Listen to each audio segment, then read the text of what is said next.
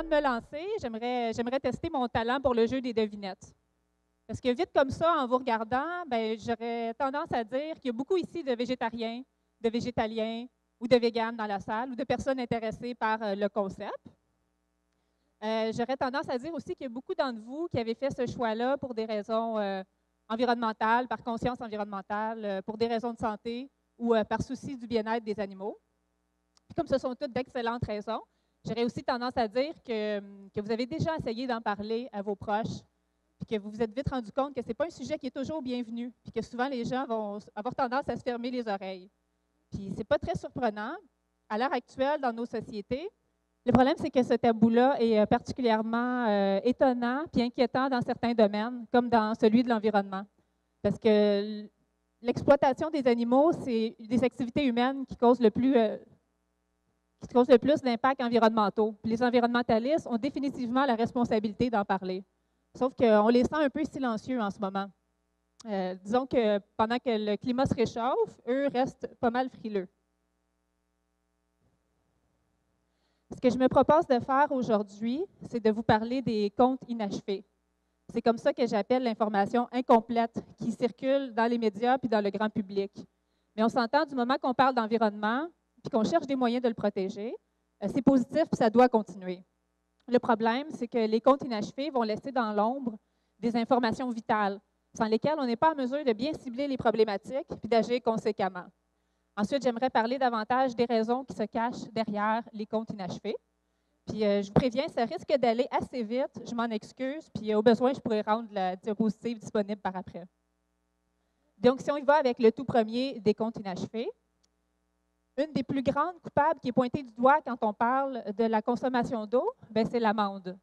Puis souvent, c'est même utilisé pour suggérer aux véganes que leur mode de vie n'est pas si écologique que ça. Ici, on a un graphique qui présente la consommation d'eau de différents aliments.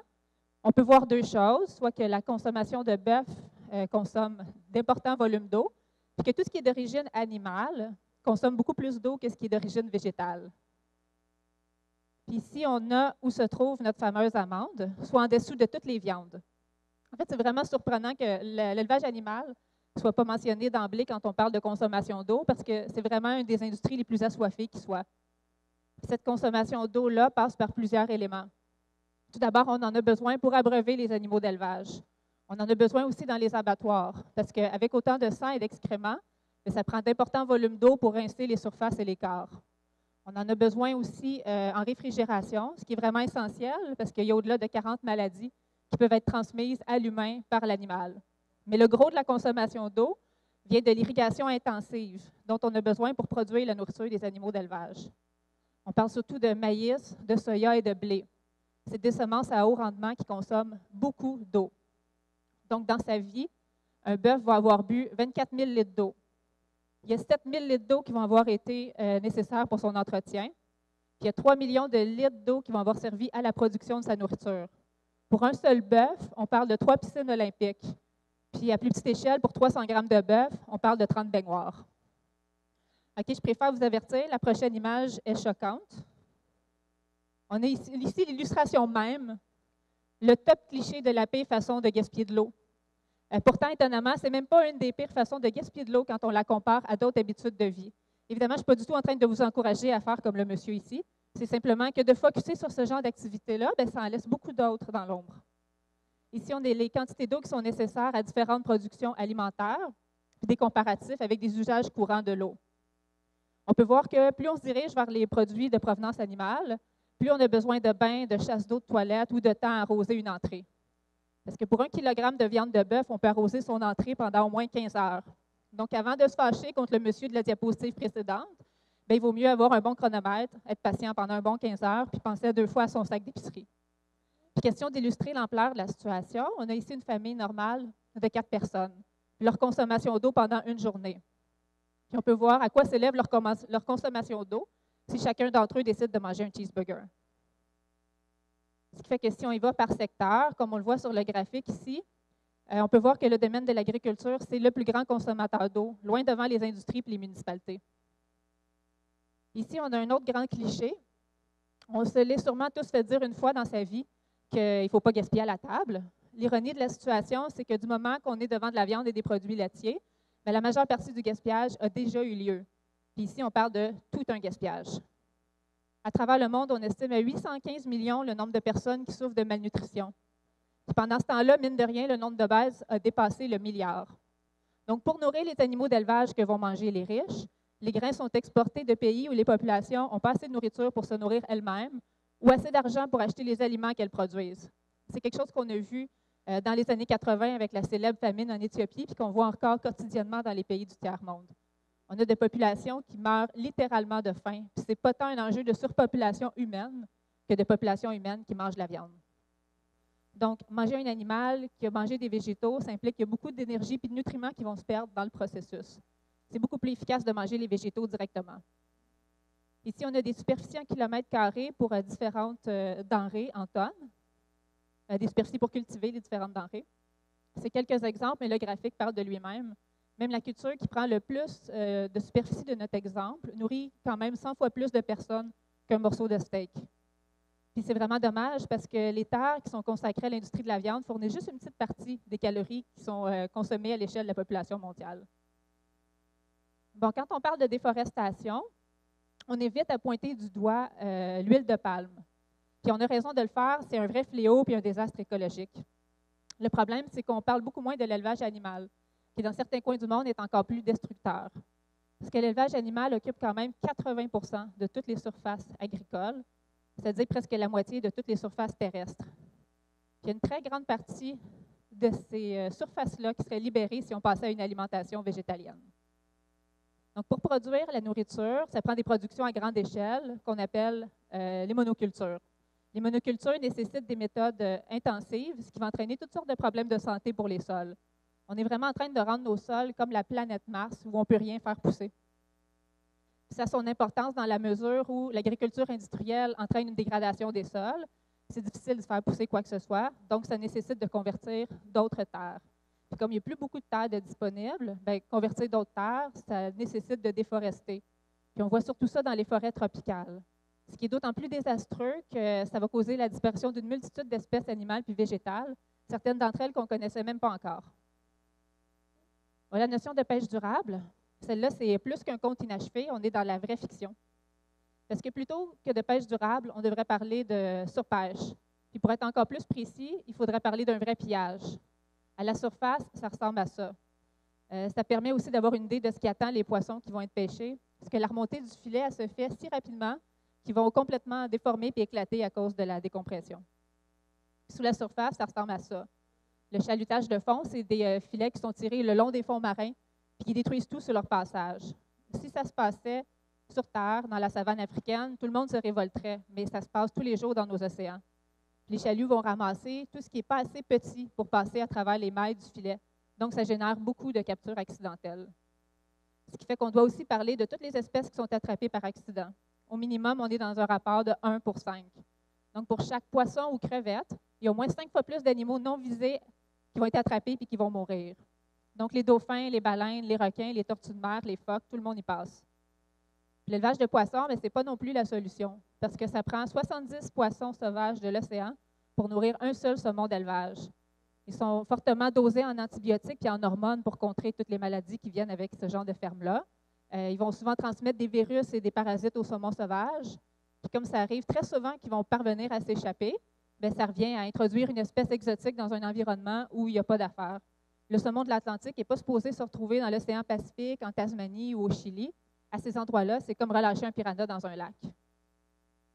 On est vraiment dans une situation où le système alimentaire sur les terres nuit aux océans. Parce que 40 des poissons pêchés qui ne vont pas servir à nourrir l'humain directement, ils vont être convertis en nourriture pour les animaux d'élevage. Donc, pour vous donner une idée, en Europe seulement, les poules des fermes industrielles mangent plus de poissons que tous les albatros et les oiseaux marins du monde. Les cochons mangent plus de poissons que tous les requins. Les chats domestiques mangent plus de poissons que toutes les phoques de l'océan Nord-Atlantique. Puis on ne parle même pas d'une nourriture qui est naturelle pour les chats, parce que si un thon rencontrait un chat, bien, c'est le thon qui mangerait le chat. Puis ça rend le concept de pêche durable complètement inadéquat, parce qu'on ne peut pas parler de pêche durable dans un océan qui est mourant. Ça, c'est une autre affirmation qu'on entend souvent. Les gens vont prendre le soin d'acheter leur viande localement pour diminuer leurs émissions de gaz à effet de serre. Puis on pense que comme ça, on réduit le gros des impacts environnementaux de la viande. Mais est-ce que c'est un raisonnement qui tient la route? En fait, non. Le transport de la viande, ça joue juste un tout petit rôle dans les émissions de gaz à effet de serre. En fait, il faut même le conjuguer à une autre catégorie parce qu'autrement, il n'apparaîtrait même pas dans le graphique. Le gros des gaz à effet de serre vient des ruminants et du fumier. C'est important de préciser qu'on parle de vaches qui sont élevées en masse pour la consommation de viande puis de produits laitiers, puis qu'elles n'auraient jamais dû être présentes en si grand nombre que ça. Leur présence n'est pas plus naturelle que des avions, des voitures ou des bateaux. Il y a aussi une grande partie des gaz à effet de serre qui est attribuable aux fumiers puis aux fertilisants, puis au changement d'utilisation du sol, surtout la déforestation. Ici, on a un aperçu des émissions de gaz à effet de serre de plusieurs aliments. Avec tout ça, c'est quand même surprenant que la COP 21 n'ait pas adressé la question de la consommation d'animaux. On parle quand même d'une conférence sur les changements climatiques. Le plus grand contributeur passe sous silence. Puis ça amène aussi d'autres réflexions inconséquentes, comme de protester contre les sables bitumineux ou la construction d'un pipeline, alors qu'à chaque repas, on mange les aliments les plus gourmands en énergie fossile. La viande et les produits laitiers, en fait, produisent plus de gaz à effet de serre que tout le secteur des transports. Ça veut dire plus que toutes les voitures, tous les camions, tous les trains, tous les bateaux mis ensemble. Selon le World Watch Institute, ce serait même 4 fois plus. On vient de sortir d'une campagne électorale où, il a été une fois de plus question du transport dans la lutte au changement climatique. Puis personne ne parle jamais de notre alimentation. Puis ça, c'est un point sur lequel je vais revenir. Ça, c'est un autre mythe plutôt qu'un conte inachevé. C'est que le fumier, c'est pas si mal que ça, parce que de toute façon, on s'en sert comme engrais pour les cultures. En fait, c'est un déchet qu'on a en des quantités vraiment trop énormes pour savoir quoi en faire. Aux États-Unis seulement, on produit un Empire State Building par jour de fumier. Ça se retrouve en des quantités astronomiques, beaucoup trop pour ce que les sols peuvent absorber. Donc, ça se retrouve dans les nappes phréatiques et les cours d'eau. Puis en plus du fumier, il faut aussi parler des nutriments qui sont liés aux engrais chimiques, des biodéchets comme les cadavres d'animaux qui représentent d'importants risques pour l'environnement, des antibiotiques qui sont administrés à des animaux qui ne survivraient pas à leurs conditions de vie sans des doses massives de médicaments, des pesticides et des insecticides dont on a besoin dans le cas de monoculture parce que beaucoup d'une seule nourriture à un seul endroit, ça attire forcément ceux qui vont s'en nourrir. Les engrais et le fumier, donc, vont causer le vieillissement prématuré des cours d'eau qu'on appelle l'eutrophisation. Ça cause aussi l'envahissement de certaines algues et bactéries, comme de la fameuse cyanobactérie. Pour faire une histoire courte, l'oxygène va se faire plus rare, puis tout ce qui vit dans le cours d'eau va mourir. C'est le même phénomène qu'on voit dans les zones mortes dans les océans. L'élevage animal, c'est la principale cause des zones mortes. Pratiquement toutes les rivières qui passent par un secteur agricole vont donner une zone morte dans les océans. C'est important de mentionner que dans les 50 dernières années, la proportion de zones mortes a plus que quadruplé. Bon, quand j'étais petite, j'étais convaincue que le plus grand danger qui menaçait les animaux, c'était les braconniers. Puis en rétrospective, je me trouve pas mal attachante parce que maintenant, je me rends compte que le problème est beaucoup plus vaste. Ici, on a quelques exemples d'animaux charismatiques. Évidemment, il y en a certains d'entre eux qu'on voit moins souvent au Québec, mais c'est pour montrer que le phénomène est mondial. C'est des symboles de liberté, on ne veut pas les voir disparaître, puis ça nous prend vraiment au cœur quand on apprend qu'ils sont la cible de braconniers. Pourtant, la principale menace ne vient pas des braconniers, parce qu'encore plus répandu que les vilains méchants braconniers, mais il y a les ranchers et les éleveurs qui veulent les voir disparaître, soit parce qu'ils partagent les mêmes ressources que les animaux qu'eux élèvent, donc sont en compétition, ou c'est des prédateurs qui vont manger leurs animaux d'élevage. On a par exemple ici des beaux mustangs en liberté qui sont chassés des terres publiques, enfermés dans des enclos de concentration. Des enclos, en fait, qui tiennent plus du camp de concentration, pardon. Puis que s'ils ne meurent pas de faim ou de maladie, ils vont être vendus à des abattoirs. Puis tout ça, c'est à la demande des éleveurs puis aux frais des contribuables. Puis l'agriculture elle-même, en fait. L'étalement des territoires agricoles est responsable du déclin puis de la fragmentation des écosystèmes. Ça entraîne toutes sortes de problèmes pour les animaux sauvages en termes de reproduction, de protection, puis de friction avec d'autres espèces. Il y a aussi l'introduction de pesticides, d'engrais chimiques et de déchets qui va induire une pression sur les espèces qui ne sont pas capables de s'y adapter ni d'y échapper, puis de toute façon, ils n'ont plus beaucoup d'endroits pour fuir. Ici, on a une évolution de la composition de la biomasse des vertébrés terrestres il y a 12 000 ans jusqu'en 2000, ainsi que les projections jusqu'en 2050. Je vais attirer votre attention sur la ligne rouge qui montre la capacité du sport global qui va en diminuant. Il y a 12 000 ans, les animaux sauvages constituaient presque toute la biomasse de la planète, soit 99 %. Et l'humain comptait pour 1 %.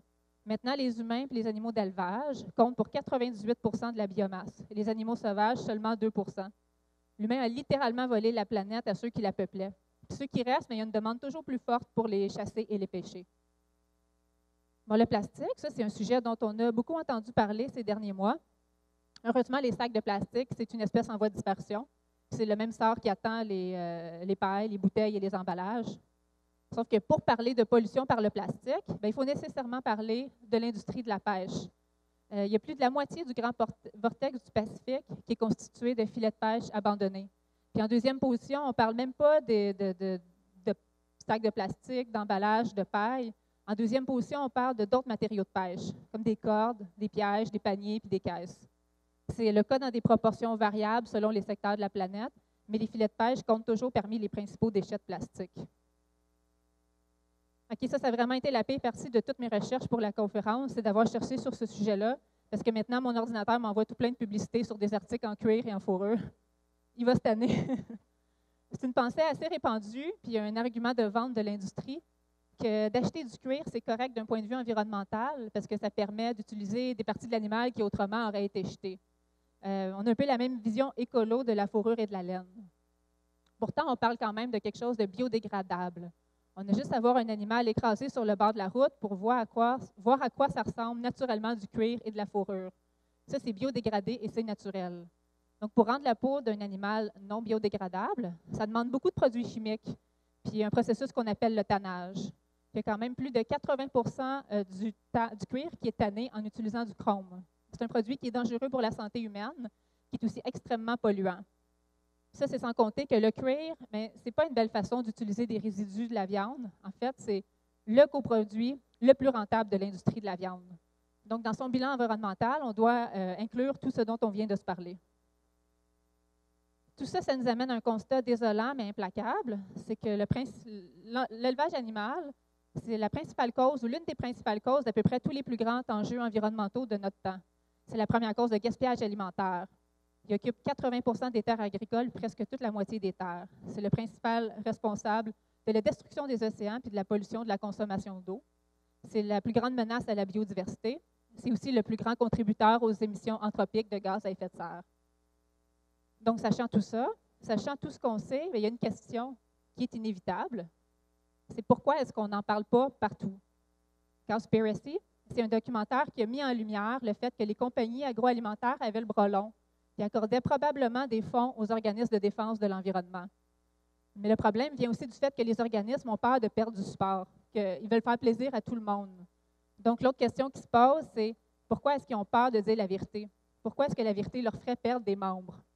Tout le monde a à cœur de protéger l'environnement. Il n'y a personne qui est contre la vertu, puis la prise de conscience est globale et toujours plus forte. Donc, qu'est-ce qui empêche le message de circuler? La consommation d'animaux, c'est la source de tellement de problèmes que de se dire environnementaliste ou défenseur de l'environnement sans avoir adopté un mode de vie vegan, c'est une totale contradiction.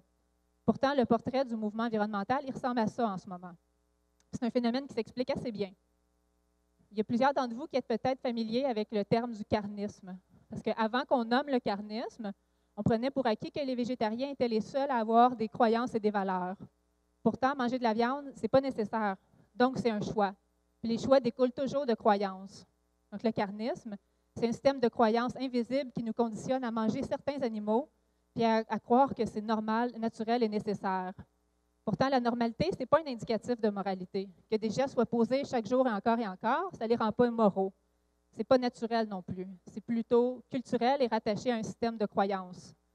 C'est la raison qui explique pourquoi nous, on mange des vaches qui sont considérées sacrées en Inde ou qu'on considère les chiens comme des membres de notre famille alors qu'en Chine, on les mange.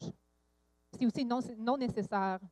La science a amplement démontré qu'on n'a pas besoin de viande pour être en santé, qu'au contraire, une alimentation carnée va venir avec tout plein de problèmes de santé, alors qu'une alimentation végétalienne vient avec beaucoup de bénéfices. C'est un sujet qui est tout à fait passionnant. Là, je vous invite à passer au kiosque d'Anne-Marie Roy de la clinique renversante. En fait, je vous invite à passer à tous les kiosques et à assister à toutes les conférences. Le parti pris carniste, il est intégré au fondement même de notre société. Il est institutionnalisé, puis il est intériorisé. C'est un système violent qui survit grâce à des mécanismes de défense. Donc, il doit demeurer invisible, puis pour ça, ça demande des gens de rester dans le déni. C'est ça qui explique que des gens rationnels et sensibles vont prendre part chaque jour à des pratiques irrationnelles et monstrueuses sans même s'en rendre compte. La vérité au sujet de l'élevage est déformée. Le peu qu'on parvient à en voir, on réagit comme devant un tabou. On devient hyper mal à l'aise, puis on préfère parler de d'autres choses, comme les contes inachevés. Donc, au lieu de remettre en question ce qu'on a envie de continuer à faire, on va trouver d'autres façons de contourner. Ça explique notre approche actuelle de l'environnement. Alors, il y a beaucoup d'importance qui est accordée aux moyens technologiques comme solution pour réduire nos impacts environnementaux. C'est un peu comme prendre de l'aspirine pour un mal de tête sans regarder qu'est-ce qui a causé le symptôme. On pense que les technologies vont nous sauver. Donc, on pollue les eaux, on épuise les nappes phréatiques et les sols, on émet des gaz à effet de serre, on détruit la biodiversité. C'est pas grave, on va produire des systèmes de traitement encore plus performants, on va entreposer le fumier en entendant on ne sait pas quoi, on va mettre les animaux dans des zoos, on va stocker le carbone, on va désaliniser l'eau de mer. Si ça ne fait pas, c'est pas grave, on va envoyer les humains habiter une autre planète. C'est quelque chose qu'on voit beaucoup avec les films catastrophes, comment les scientifiques les plus brillants du monde s'unissent pour trouver des solutions aux cataclysmes, ou alors qu'il y aurait, la première chose qu'ils auraient dû faire, en fait, c'est d'arrêter de manger de la viande et du fromage. L'approche qu'on a mise sur les choix personnels, la bonne volonté des gens à faire des petits gestes dans le quotidien, mais on ne remet jamais en question le portrait global. On essaie juste de limiter nos excès et nos dégâts. Donc, on fait du recyclage, on achète des voitures électriques. Apparemment, il y a même des extrémistes qui font du compostage. Mais on essaie surtout de moins polluer et de moins consommer. On veut continuer à faire comme on fait déjà, puis pas remettre en question la source des problèmes. Puis surtout, on ne remet aucunement en question la priorité qui est accordée à l'espèce humaine. Parce qu'au fond, ce n'est pas une question de technologie, mais c'est une question de philosophie. L'anthropocentrisme, c'est cette vision-là qui place l'humain au sommet d'une hiérarchie qui a été imaginée par l'humain, puis qui met les vivants et les ressources, les vivants et la nature comme des ressources à consommer et à exploiter. Donc, on les regarde uniquement en fonction de ce qu'ils peuvent nous apporter. C'est ce qui fait qu'on va voir un lac ou une forêt, puis on va automatiquement passer à de la chasse ou de la pêche, qu'on voit un camion rempli de cochons terrorisés, puis qu'on pense à du bacon. C'est ce qui fait qu'on transforme chaque jour encore et encore des êtres intelligents et sensibles en sushis, en filets mignons, en sacoches, en souliers, en manteaux, en capuchon de fourrure, en tricot de laine, sans même y penser deux fois. C'est ce qui nous amène à penser que l'humain est plus important que les êtres animaux. Pourtant, c'est faux. Les vers de terre, les abeilles, les oiseaux, les arbres sont plus importants que l'humain pour la simple et bonne raison qu'ils peuvent tous vivre sans l'humain. L'humain, lui, ne peut pas vivre sans eux. On est dans une écologie superficielle, ce qui fait qu'on ne travaille pas les fondements de notre société. Donc, tout ce qu'on nous demande de faire, ça nous apparaît comme un effort, comme si on nous demandait de nous priver. On ne respecte pas l'environnement pour l'environnement lui-même, mais pour sauver l'humanité. Une écologie comme ça ne va jamais racheter le principe de l'exploitation animale, parce que les êtres animaux sont des objets à notre service. Et heureusement, il y a des visions plus avancées, comme l'écologie profonde, qui est un changement de paradigme avec lequel on délaisse la logique anthropocentrique. Donc, l'humain n'est pas au-dessus de tout, il fait partie d'un tout. La nature et les vivants, ce n'est pas des ressources à exploiter, ils ont une valeur en eux-mêmes et pour eux-mêmes. Mais ce vers quoi on devrait vraiment tendre, c'est l'écologie essentielle. On poursuit avec le nouveau rapport aux vivants, à la valeur intrinsèque des vivants et de la nature, mais on intègre en plus le droit des animaux et le respect de la vie. Donc, essentiellement, c'est une philosophie de l'empathie et du vivant qui veut vivre. Puis comme c'est intégré au fondement de notre société, on le fait parce que c'est la bonne chose à faire, parce que c'est qui on est. On ne va pas juste diminuer notre consommation de viande pour réduire nos impacts environnementaux. On ne va tout simplement pas en manger parce que ce n'est pas associé avec une vision du monde qui est viable. L'écologie essentielle se rapproche de la philosophie biocentrique, qui est de comprendre que l'humain fait partie d'un tout. Il n'est pas maître de l'univers, il n'est pas meilleur que les autres. On a souvent l'impression qu'il y a plusieurs versions de la vérité, mais la vérité, c'est ce qu'on voit autour de nous. C'est la biodiversité dont on fait partie, c'est les lois de l'écologie et de l'interdépendance, c'est que la force d'un écosystème vient de sa diversité, que toutes les espèces sont interdépendantes. C'est aussi la notion des ressources finies, puis le fait qu'il y a une limite à la croissance. On accorde beaucoup d'importance aux progrès technologiques, mais on ne parle jamais des progrès éthiques. Puis un progrès, par définition, c'est une avancée qui permet d'améliorer le quotidien de tous, qui a un faible impact sur l'environnement, puis qui va causer le moins de souffrance possible. Donc, à travers son histoire, l'humain a progressé par un élargissement de sa sphère de considération morale, par une élévation morale. La prochaine étape, c'est d'accorder une valeur intrinsèque aux vivants et à la nature, puis pas pour ce qu'ils peuvent nous apporter. La bonne nouvelle, c'est qu'en étant végétarien, végétalien ou vegan, ou en aspirant à le devenir, en refusant de voir les animaux comme des biens consommables qui servent à assouvir des besoins non essentiels, mais vous avez déjà saisi les fondements de l'écologie essentielle. Donc, sincèrement, je tiens à vous rendre hommage pour cette vision du monde avant-gardiste. Puis la meilleure chose que je peux faire en ce moment, c'est de vous encourager à briser le tabou, à surtout pas avoir peur d'en parler. Parce qu'il y a des années de ça, parler d'environnement, c'était dérangeant puis c'était loin des consciences. Maintenant, c'est devenu incontournable, puis c'est même gênant de ne pas s'en soucier. C'est la même chose qui va se passer avec le droit des êtres animaux et l'écologie essentielle.